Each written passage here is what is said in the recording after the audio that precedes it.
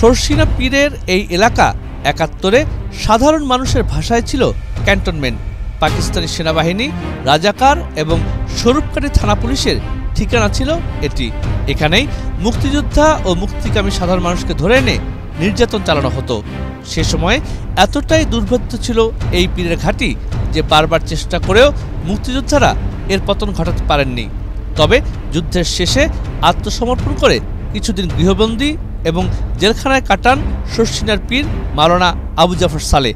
৭৫-এর বঙ্গবন্ধু হত্যাকাণ্ডের পর রাজনৈতিক পট পরিবর্তনের সুযোগে ছাড়া পেয়ে যান তিনি। ১৯৮০ সালে জিয়াউর রহমান সরকার শিক্ষা বিস্তারে অবদান রাখার জন্য তাকে স্বাধীনতা পদক দেয়।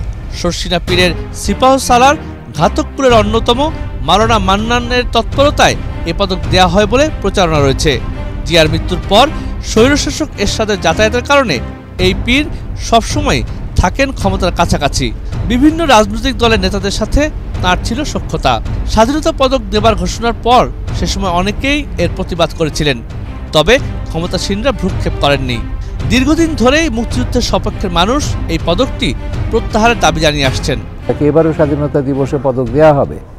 কাদেরকে দেওয়া হবে? মুক্তিযুদ্ধে অসামান্য অবদান রাখবার জন্য। এবং আমরা এটা নিয়ে বহু আগে দাবি করেছি যে সরকারের উচিত, বিশেষ করে মহাজোট সরকার, মুক্তিযুদ্ধের পক্ষে সরকারের এই সমস্ত পদকগুলো প্রত্যাহার করা।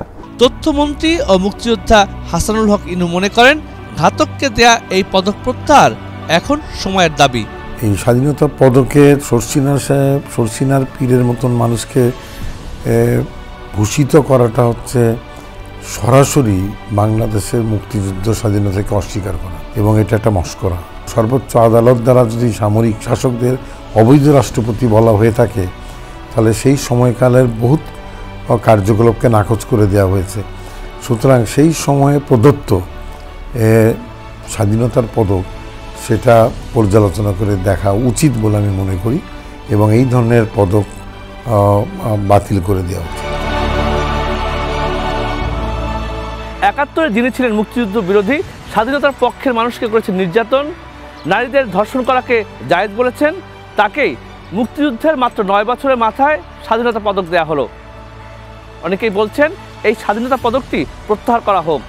অন্তত আগামী ২৬শে মার্চের আগে এই পদক প্রত্যাহার করে দৃষ্টান্ত স্থাপন করা হোক, মুক্তিযুদ্ধ বিরোধীরা যেন স্বাধীনতা পদক আর না পায়।